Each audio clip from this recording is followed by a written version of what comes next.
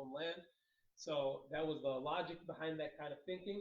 So the Balfour Declaration was incorporated into the League of Nations mandate. So if you actually read the British mandate for Palestine, the Balfour Declaration word for word, verbatim, is in the mandate for Palestine. And in addition to that, one word that was not mentioned in the Balfour Declaration was mentioned in the mandate, and that's reconstituting the land for the Jewish people. Reconstituting implies a legal right. So this is something that we must do. And also recognize the historic connection of the land with Jews. Palestinian Arabs are not mentioned at all in that regard. So now we're at this point where the League of Nations mandate has essentially taken root. I think we need HDMI. And the League of Nations, the mandate was approved in 1922. It was ratified vis-a-vis the status for Palestine in 1924. That pretty much in 1924 that relinquished Turkish control over Palestine from a legal standpoint. Now Great Britain is the official mandatory authority in Palestine. TV on. It is staying on, so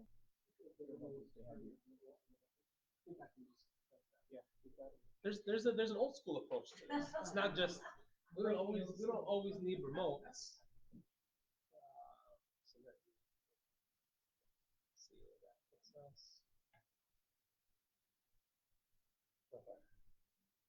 Nothing, right? Nothing yet. nope. This year.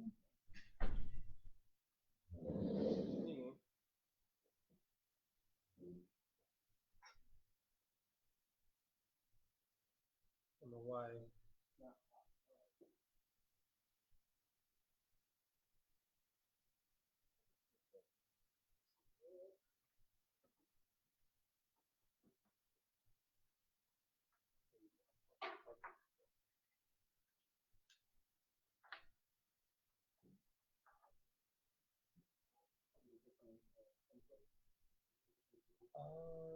Oh, I guess we do need to run that there. All right, fine. We'll go back to the new school. You guys want to do this? You're almost there. Oh, well, I was. Well, go back. Hit info. No, you do a button under input. Inputs. I'll try this TV.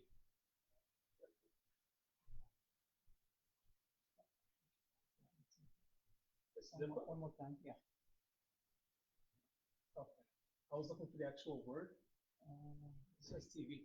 No, Oh, this one? okay, go to probably Let's try one. So that will work. two, and then you have to. Okay, you gotta switch your. Switch this? Oh.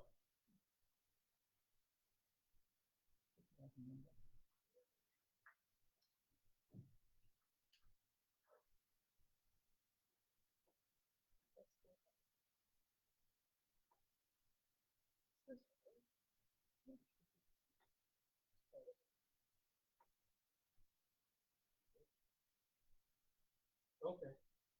This one's calling then. I'll call him.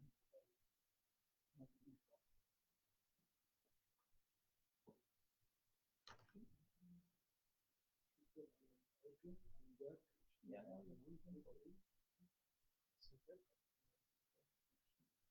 Okay.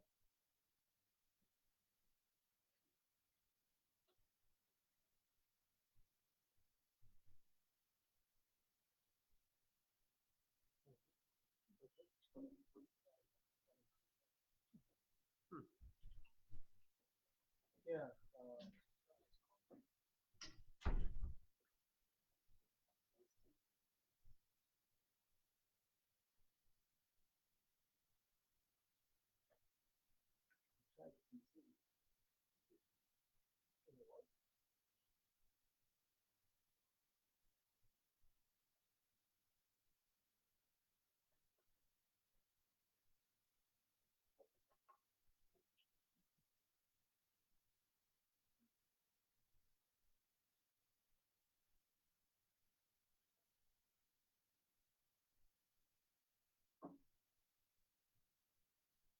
why you do that? I'll keep going. Okay. So, so 1922, the mandate was approved. In 1924, it came into force. So now Great Britain is ruling Palestine at this time. When we talk about the mandatory period, we're talking about 1922 all the way up until 1948. So that's when Great Britain left, and that's when Israel was founded, and of course that's going to be in the last session. We'll discuss the ins and outs of that. Interestingly, in around this time period, Winston Churchill, who eventually became prime minister, he made it clear in 1922 that because what he wanted to do was to not stir up things, but also maintain prestige among the Zionist community. So he said, well, the intent is not to create a wholly Jewish Palestine, and we're not going to subordinate the entire Arab population. So that's not what the focus is. We just want to implement the mandate, which is law, basically. But what's incorporated into the mandate, I'm going to repeat this over and over again, this is a crucial part of this, the Balfour Declaration. And we're going to see why this is a big issue once we get to the 1930s. So Churchill said, the Balfour Declaration is not susceptible to change. The Jewish people in Palestine are there as of right and not on sufferance. This is the reason why it is necessary that the existence of a Jewish national home in Palestine should be internationally recognized and internationally guaranteed. And that should be formally recognized upon ancient historic connection. So this is what Winston Churchill, okay. So this is what Winston Churchill said. So we just needed to hit something back there, I guess. Okay. Several years later, regarding this Churchill memorandum in 1922, Churchill said, this is several years later, that the purpose was to make it clear that the establishment of self-governing institutions in Palestine was to be subordinated to the paramount pledge and obligation of establishing a Jewish national home in Palestine. So what is he basically saying? Jewish supremacy over democracy. That's what Churchill is saying. In a very clever and maybe politically correct way, at least in the eyes of the Zionist movement. Nothing, yeah, no, that's exactly right. So he said that nothing will safeguard Arab interests in Palestine but the immediate creation of a national government which shall be responsible to a parliament of all whose members are elected by the people of the country, Muslims, Christians, and Jews. So he's basically admitting Arab interests will not be safeguarded now. Because in order to safeguard Arab interests, there has to be a national. I mean, look at what he said. He's responsible to a parliament. Like democratic institutions is what the majority of the population want, need, and desire. You cannot have that. And he's also known for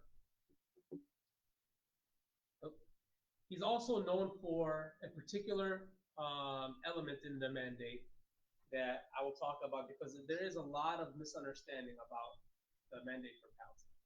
There's this notion that, and Zionists love to say this, Jordan was part of the mandate for Palestine. Jordan was, a lot of Zionists say, well, why don't Palestinians just go to Jordan? Jordan is Palestine. It was part of the original mandate. Winston Churchill cut it off and made it the Hashemite Kingdom of Jordan at some later point, and that was originally part of Palestine. That was pursuant to the mandate. There was a provision in the mandate that allowed Great Britain to do this. They've always treated this territory as separate territory. They treated Emir Abdullah, who eventually became Malik Abdullah, King Abdullah of Transjordan. They treated him as, okay, this will eventually be yours.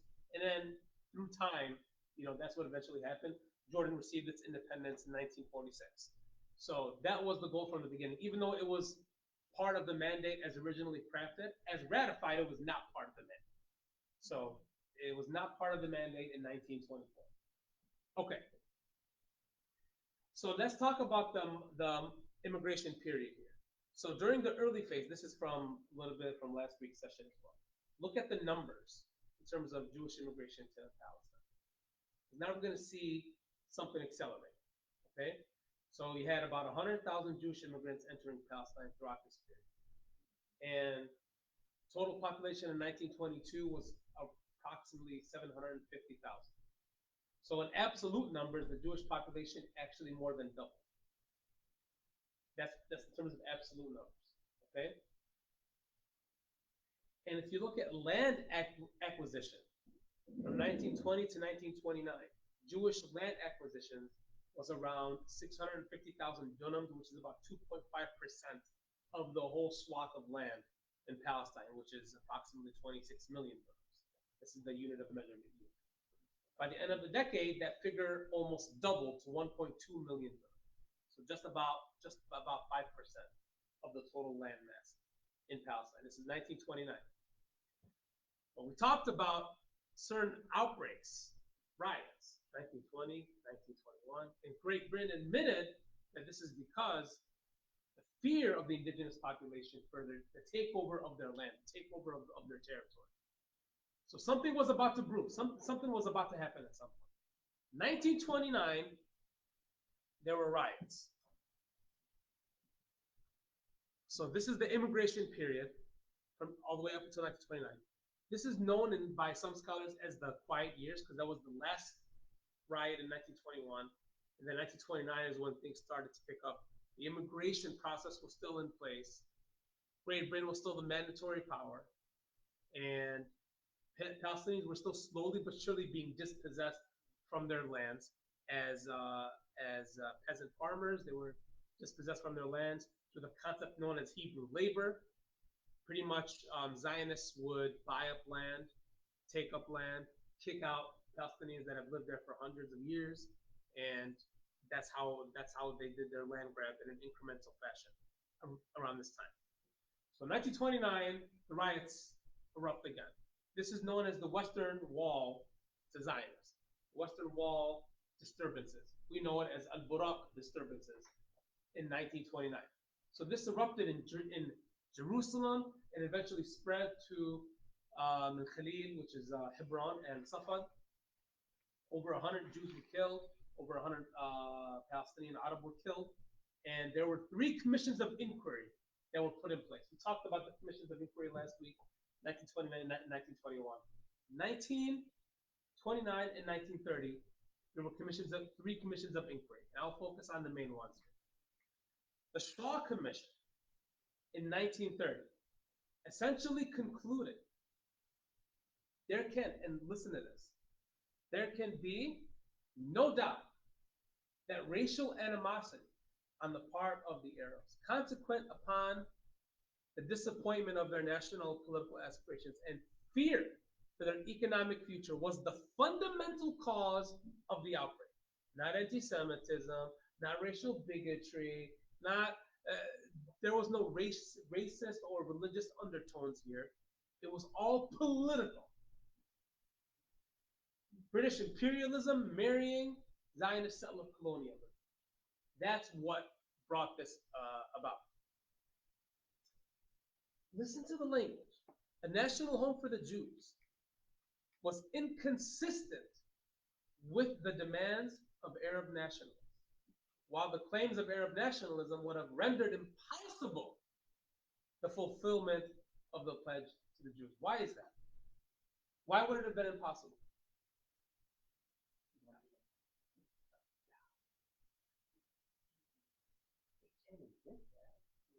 I can't say the Balfour Declaration is the problem, but that's pretty much what you're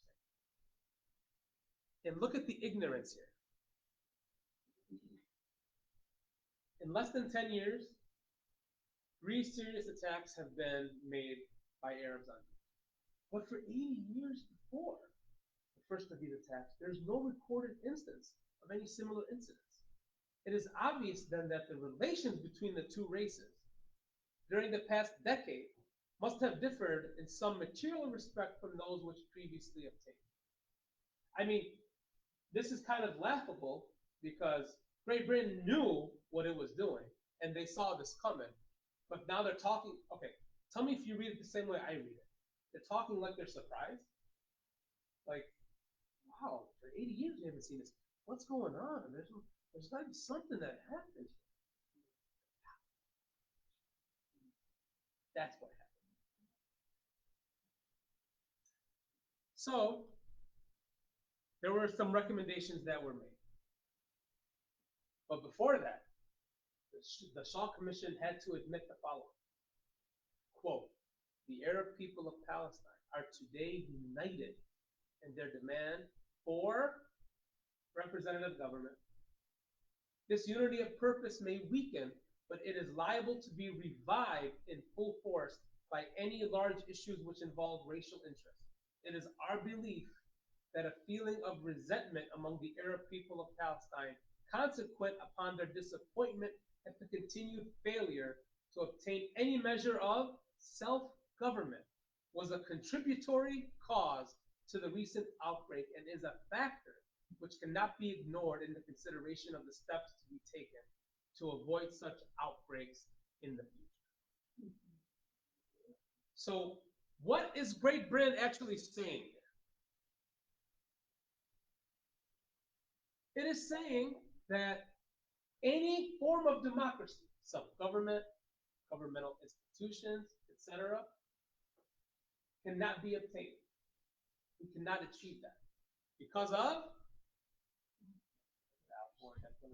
Notice that word is not there, but that's what they're saying. Because they have to show face. They can't say we didn't know what we were doing. Balfour Declaration is bad. That was a bad idea. That's causing a lot of problems. They can't say it like that. So they have to use this type of political language. Okay. So in 1930,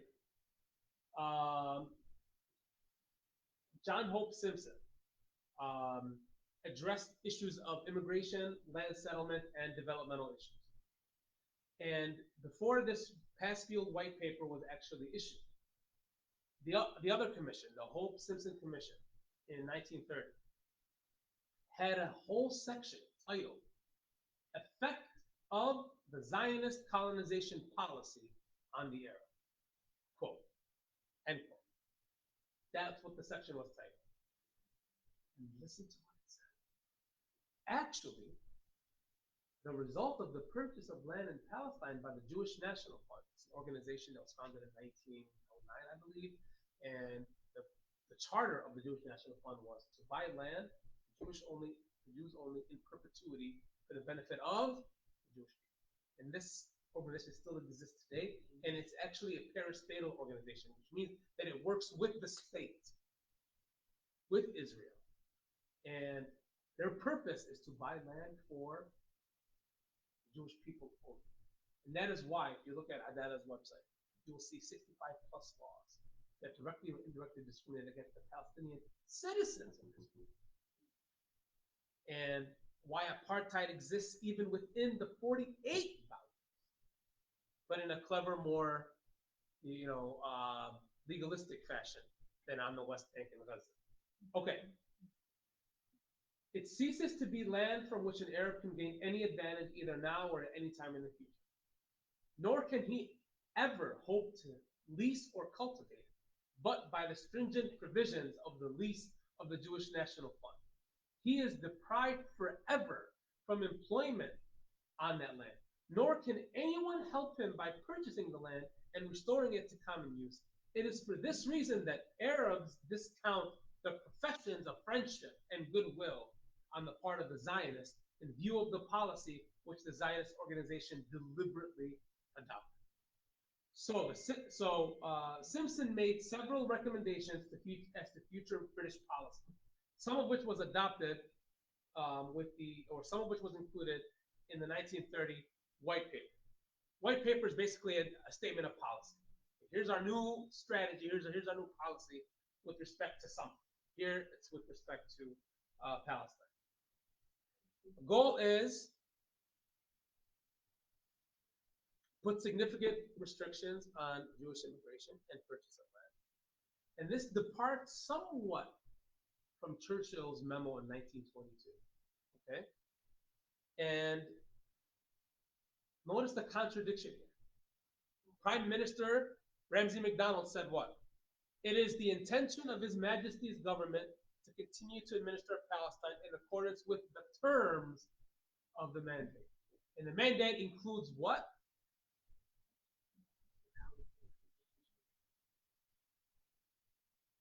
So what? So there are absentee landlords for the great majority of them. So landlord that doesn't actually live there, that lives either in Lebanon or some other, or you know, yeah. Sometimes it could be doesn't it's not necessarily always a Palestinian person, but for the great majority of it is. And but you're gonna see how infinitesimal it actually was in next week's session. So it didn't make a material difference. Like I said, up to now, they own 5% of the land doing it this way. So eventually, yeah, exactly. And eventually, at some point, the Zionist movement realized that we can't buy our way through this. We have to do something else. And we know what that is, and we'll get to that. Say that again? Greece, Lebanon, Mhm. they sold some lands to the Zionists. You're talking about the late 1800s? What are we talking about? Maybe, yeah, maybe. Yeah. Yeah. Look, that's quite possible. Selling the lands, not just the Palestinians. Yeah. Well, see, this is another interesting topic altogether. That's the concept of land ownership and what it actually meant. Under the Ottoman system, it meant something entirely different than what it meant under the British mandatory rule. And the Palestinian native population, you know, had a different conception of what land ownership was. If I worked the land for 100, 200 years throughout, you know, so it's a different concept of legal ownership. When you brought in these Western concepts into the fray, it changed how you view ownership and what ownership actually meant. So, but that's an entire, like, example, Land under the Ottoman Empire.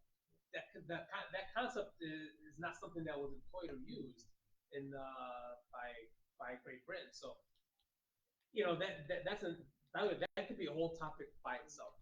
What land ownership meant during this period and before and after.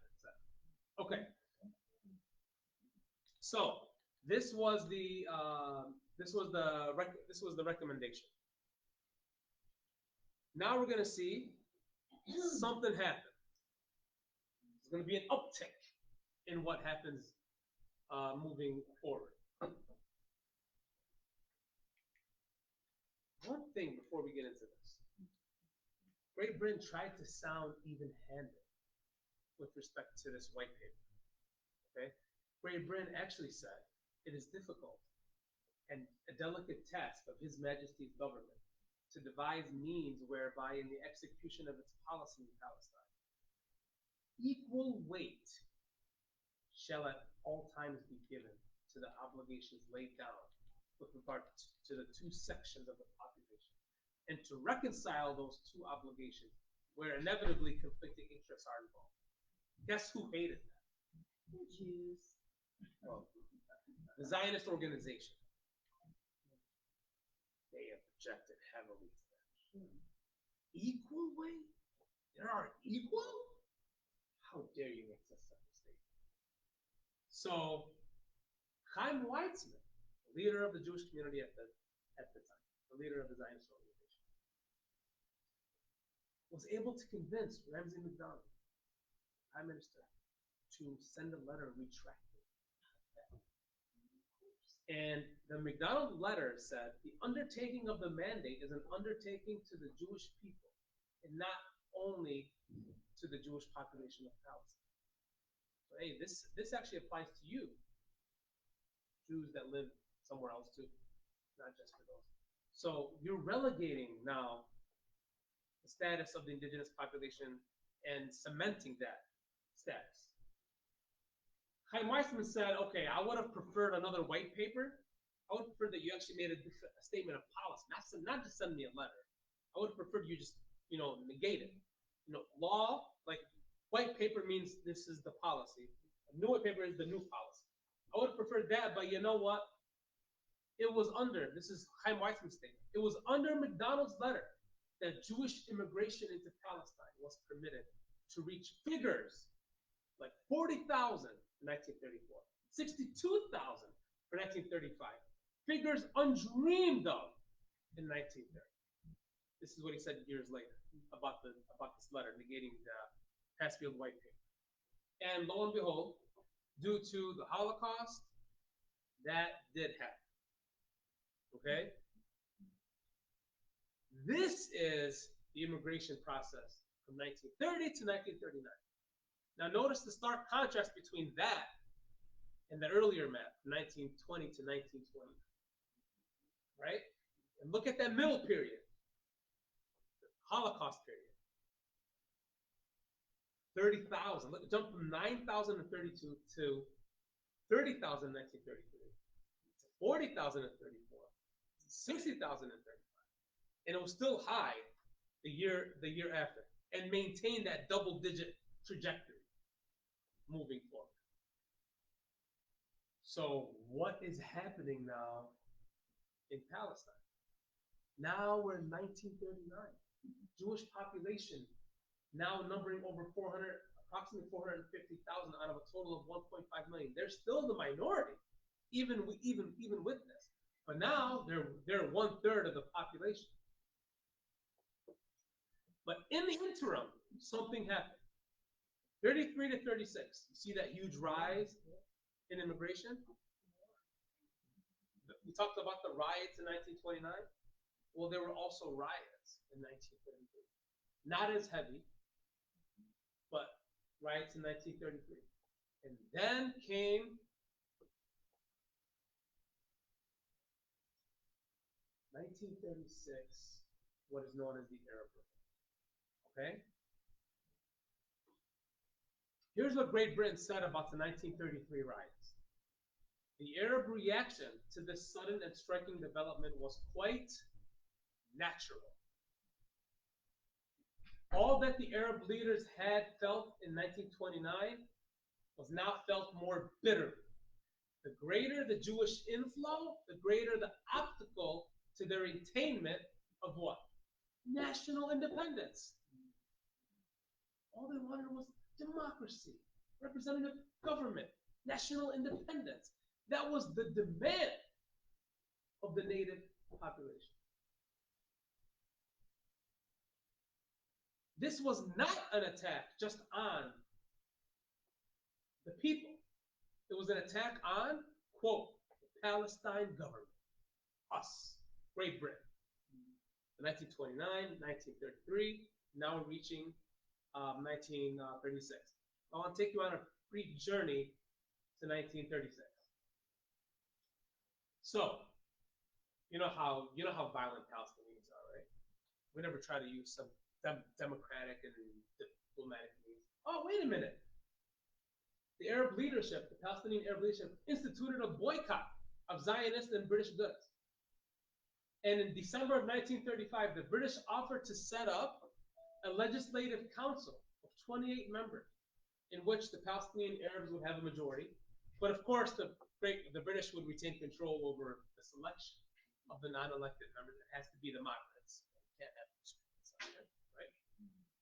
And although the representation of the Palestinians in the council would not be proportionate to their numbers, they still favored the proposal. Who rejected it? Zionist rejection of the legislative council. See, this is something that I try to tell college audiences, is this mythology of, or this notion of rejectionism. Zionists love to employ that. Zionist sympathizers, our media, our publishers, they love to employ that as though it necessarily means something pejorative, rejecting something. If I offer to buy your house that's worth $500,000 for $1, and you reject it. And you reject it. And then I paint you as a rejectionist. I offered him. You could have had peace, or he could have sold his house. He didn't take my offer. Hey, Palestinians could have, accepted this. But you can turn that on its head. If Zionists love to use that, I have so many examples of Zionist rejectionism that I can point back to them.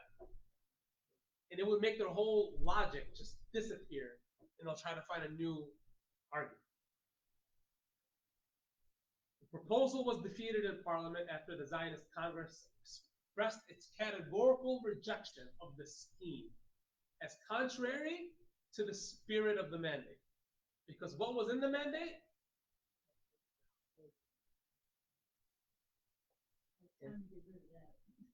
So that had to be implemented. So in 1936, an Arab Higher Committee was formed. Palestinians love violence, right? Oh, no. They set up political parties. Political parties came together and they formed what's known as the Arab Higher Committee. There was a prominent Syrian who actually wanted to develop an independent Palestinian nationalism.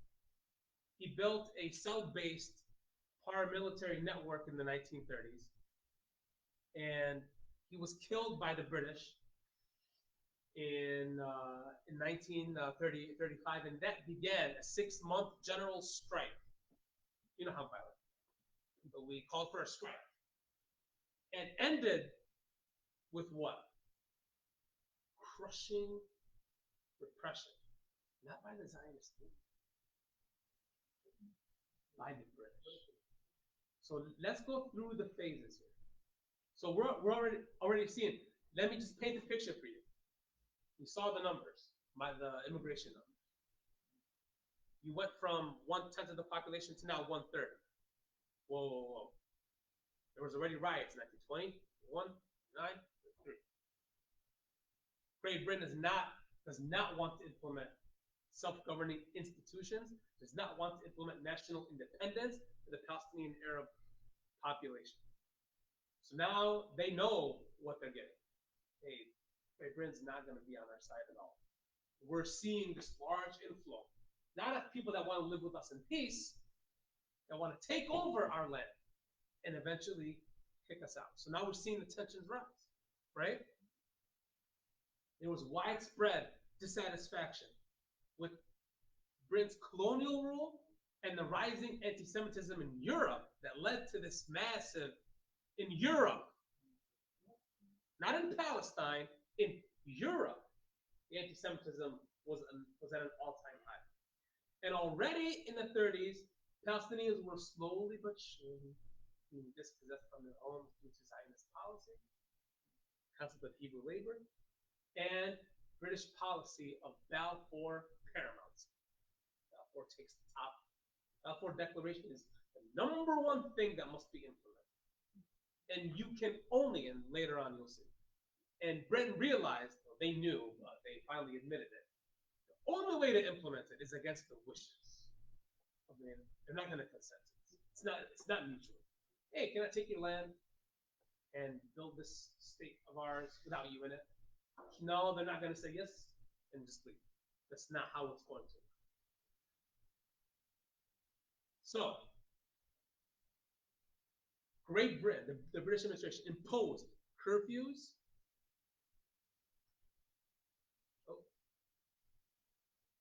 So, Great Britain imposed curfews, called on troop reinforcements, shipped more than 20,000 troops into Palestine, and by 1939, the Zionists had armed more than 15,000 Jews in their own nationalist movement because they had their own army, had their own militias, in its formation, right? Because remember, Great Britain throughout this time was helping to build a state from within. So the Zionist movement was already building its own institutions from within. In 1948, all David Ben Gurion did was say, "We declare a state," not "We declare a state. Now let's start building it." It was already there. Thank you, Great Britain, for all that you've done. We already had everything in place. We just need you to get out of here, so we can continue our land grabs, right? So Appeal commission was eventually put in place after the revolt. Well, this was in the midst of it. This is in 1937. But after this revolt, look at the casualties. This is all mainly from British repression. There's a wonderful article that you can read that goes into how Great Britain actually suppressed this revolt. This was a crushing defeat. This, to me, this was some scholars actually refer to this period as the first intifada, not 87. Just in terms of its climactic nature, just in terms of the circumstances that surround it, this can be regarded as that. So, Appeal Commission report. This was the largest of all the commissions. Okay, we had one in 1920, 21, 29, 33, and now 37. This is over 400 plus pages. And Great Britain said the dual obligations, trying to develop the native population and give them something, and was the chief problem. And it's a little more blunt now with what is actually taking place. To foster Jewish immigration in the hope that it might ultimately lead to the creation of a Jewish majority and the establishment of a Jewish state with the consent, or at least the acquiescence of the Arabs, was one thing. It was quite another thing to contemplate the forcible conversion of Palestine into a Jewish state against the will of the Arabs. For that would clearly violate the spirit and intention of the mandate system. There's the British mandate for Palestine, then there was the mandate system. The mandate system was premised on the notion that you, great powers, France, Britain, you would take up these lands.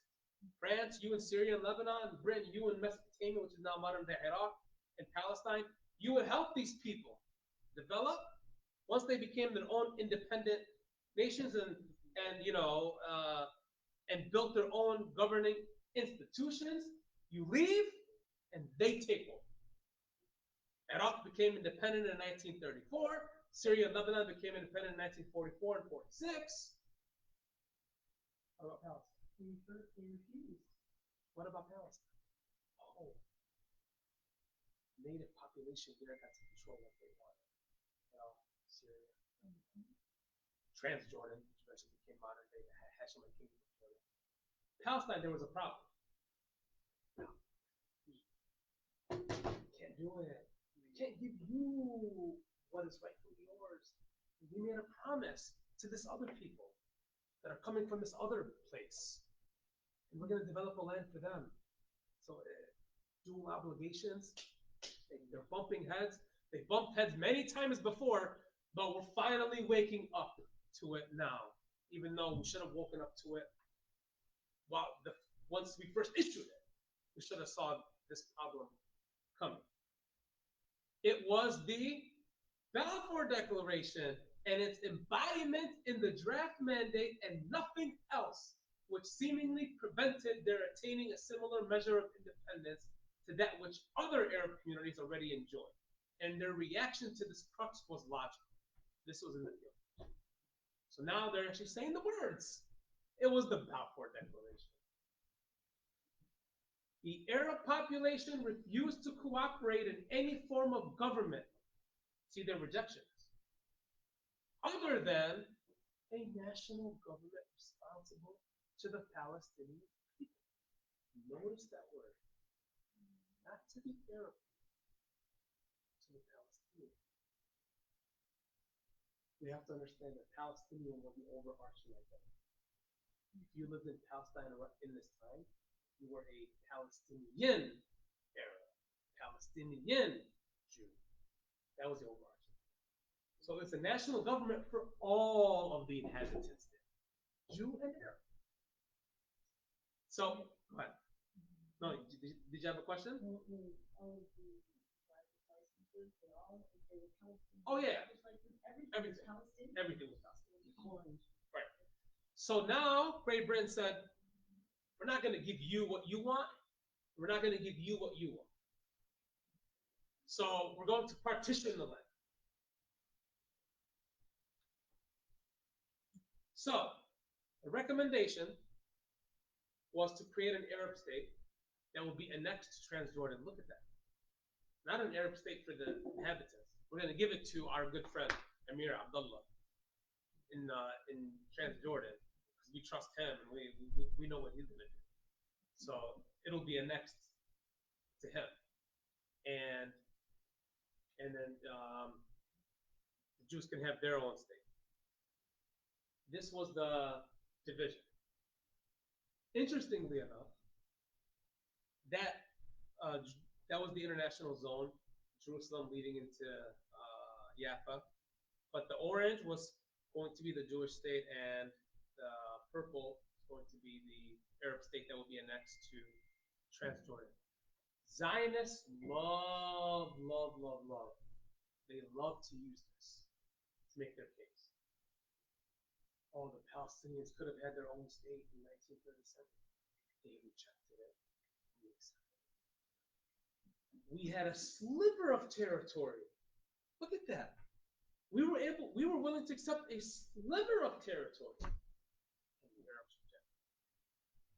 But David Ben Gurion made it very clear that in this time, he actually sent a letter to his son. This will be the base. What is base? Beginning, the foundation. What does that imply? We'll use this. And from there, that's why there was acceptance or tolerance for this. And the land that they got was more than the 5% or so that they actually owned up to this time. Hey, we're getting more than what we actually have right now. Okay. And in the Peel Commission, we're going to transfer the Arab population, the Palestinian Arab population. Great. Ethnic cleansing. Love it. So they didn't accept it because, they want they accepted it as a base from which they can continue their expansionist designs. Right? So Great Britain admitted the underlying causes was the desire for the Arabs for national independence and their hatred for the establishment of a Jewish national home, not because it's Jewish, but because it meant their dispossession. It meant their denial of self-determination and national independence. And the Peel Commission admitted that these two causes were the underlying causes that brought about 1920 disturbances, 1921, 1929, 1933. So this is the main reason why all of this was happening. Not just this one, but everything that happened before it. All the other factors were complementary or subsidiary, aggravating the two main causes. The creation of the national home has been established directly against their will. So they're a lot more blunt with this commission than they were in prior commissions. So what were the demands of the Palestinian Arab leaders? Terminate the mandate. It's unjust at its core because it incorporates basically what the demand is. Get rid of the child. That's what the demand is. But do what instead? You extremists, what do you want instead? Oh yeah, easy. Establish a national independent government in constitutional form. That's what the demand was. Constitutional democracy, the thing that we cherish here, how Israel and America share its values, that thing that Republicans, Democrats love talking about. That was the demand, right? And another admission. The core of the problem is political, not religious or racial. So the core of the Palestinian Arab case is political. The conflict is in essence not an interracial, arising from any old instinctive antipathy of Arabs towards Jews. So basically, it was not anti-Semitism that was at the core. The establishment, look at these admissions in the appeal commission. The establishment of the national home involved at the outset a blanket negation of the rights implied in the principle of national self-government. And look at the foreshadowing. Quote, the story of the last 17 years is proof that this Arab nationalism with its anti-Jewish spearhead is not a new or transient phenomenon. It was there at the beginning.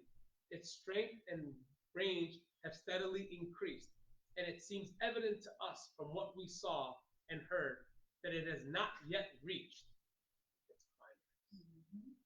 We know the Nakba's catastrophe, climax. So that's, we're only 9 years away from this. Something more is about to happen. So Great Britain issued a white paper in 1937, accepting partition. But there's irreconcilable conflict between the aspirations of both communities. We can't reconcile. These aspirations can be satisfied under the terms of the present mandate. Oh, you're finally admitting now this mandate is terrible. And the scheme of partition is the best and most hopeful solution for this deadline. And then they issued another commission, the Woodhead Commission. In 1938. Do you know what Great Britain said at that point? Because that commission was meant to, how do we implement this? And then they decided we can't do it. Why? Why? Because in the proposed Jewish state, you know, that little purple, that little orange area, Palestinian Arabs are still the majority. There's still a lot of them. So how can we call it a Jewish state if they're not even the majority in their own state? We have to kick them out. And that's what the Appeal Commission said. That sounds unworkable. Can't do it. It's not going to happen. So now we're at a point where the Zionist movement said, we will accept the Appeal Commission as a base. And obviously the Palestinians had every right to reject it because of its implications. You're going to see a different formulation of this 10 years from this day. Okay? In 1937, the Avner Plan was put in place, which involved the military takeover of the entire country in anticipation of Great Britain's withdrawal from Palestine. We're going to see next week that Great Britain realized, well, the Zionist movement understood that after World War II, Great Britain would fall to a second-tier nation, and the Zionist movement was already built up, and it had the necessary strength to continue its project of expansion, of expulsion, etc. So it could not wait for Great Britain to leave. But the propaganda that ensued was, they want to drive the Jews to the sea. We're afraid for our lives, but at the end of the day, we're not afraid of any of that. And they knew that they could complete their conquest if Britain, please leave.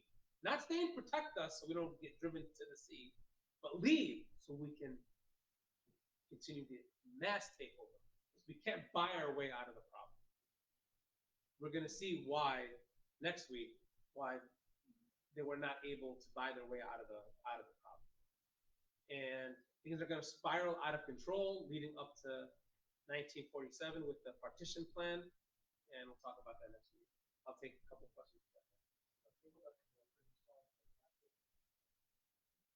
So under the Appeal Commission, he mandated universal control. What was their plan with that? Oh, the green spot. Yeah. Well, they still had an interest in the territory. They wanted, Great Britain wanted control over the area leading to Jaffa port because of their trade. Okay, I mean, it was still the power of the day. So that's the main reason why they wanted to, and also because of the holy sites, they wanted to make that an international zone of for Jerusalem. But the reason why it extended out there is to that purpose. They didn't have any plan to take it out. Well, look, at the end of the day, they didn't implement the plan. They realized that that was unworkable on the ground because of the population, because of the demographic issue.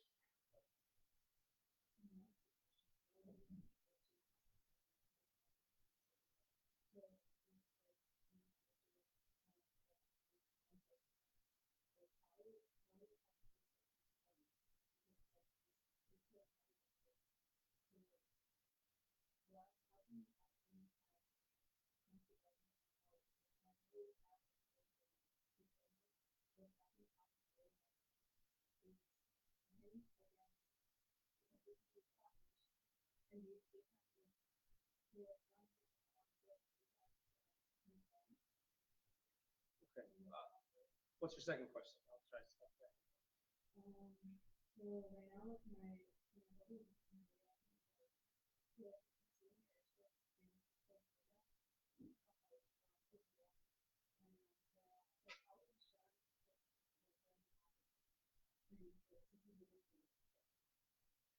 Okay, I have personal views on that, but those two questions are not like relevant to the presentation that I made today. Yeah, yeah, no, it's fine. It's just that I would like to keep it within the scope of this, but I will talk to you after about that. 'Cause I have personal.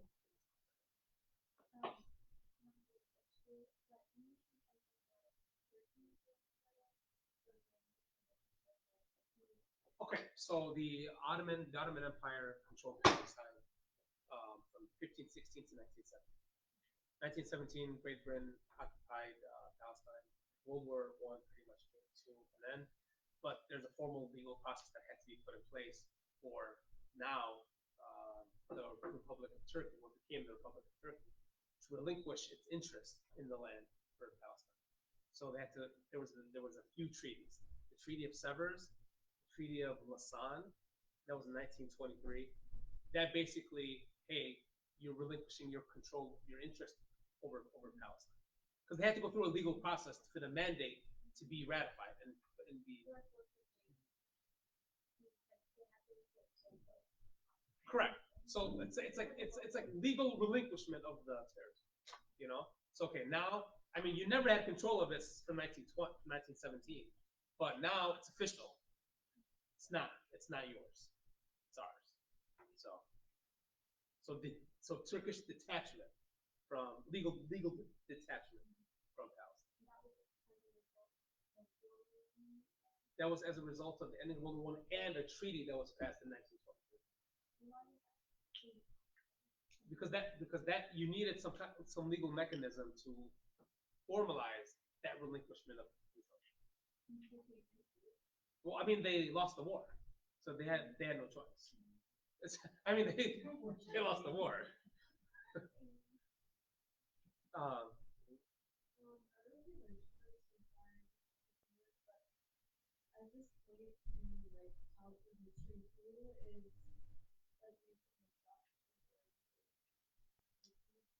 Europe states.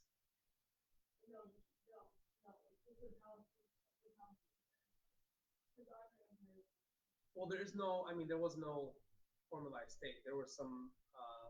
There's one individual that I didn't get in great detail in terms of name, but that's a separate topic all by itself.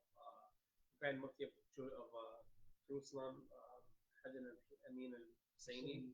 He was the Grand Mufti, and he's actually the one that put together the Arab Higher Committee. And the Arab Higher Committee was a conglomeration of political parties, and that was you can say that was the leadership that existed at the time. So yeah, but there was no. And by the way, the Arab Higher Committee was banned as a result of the 1936 revolt, and all Arab political parties were banned. the Zionist organization was not banned, but So they were the ones that sent more to the yeah to exactly to the appeal commission. Involvement from the United States and the Western countries during that plan, in that period until 1948. Very, like British. honestly, very little. Believe it or not, during the early period of this, the U.S. had an isolationist posture. Even at the San Remo conference in 1920, the great powers of the day were there. The U.S. was there as an observer. And by the way, the King Crane Commission in 1919 that visited Palestine, they wanted the U.S. to lead the mandate. They wanted no part of France. They didn't want Great Britain to be involved. They wanted the U.S. And the U.S. didn't want to take up. The U.S. actually had a view They didn't like that the Jews. that they had a view. Well, They didn't want the US anything to do with the Jews. the U.S. had a position that they actually believed the mandate system was a cloak for annexation. Okay, you don't really want to develop these countries. You want it for yourself, basically. So the U.S. had a posture of isolationism at this point. Obviously, that ended up changing once Great Britain fell to a second-tier nation, and then after World War II, that's when the Cold War took root, and then history kind of goes from there. But back then, it was a different United States when it comes to foreign policy. And by the way, Woodrow Wilson's 14 points. He mentioned self-determination, and that's why he sent the King Crane Commission, but it was never actually implemented. And he talked about self-determination, self-governance, all these wonderful concepts. And by the way, Great Britain did not want to be part of the King Crane Commission. Why? Why did Great Britain not want to be part of that King Crane Commission? See what the people there thought. Because they knew that Because declaration was bogus. They knew it was bogus. Because they knew that they were not going to like it. So we don't want to be part of that. The Balfour Declaration is the big story. I believe that was the impetus. That was the instrument that brought about the crushing and demise of Palestinian civil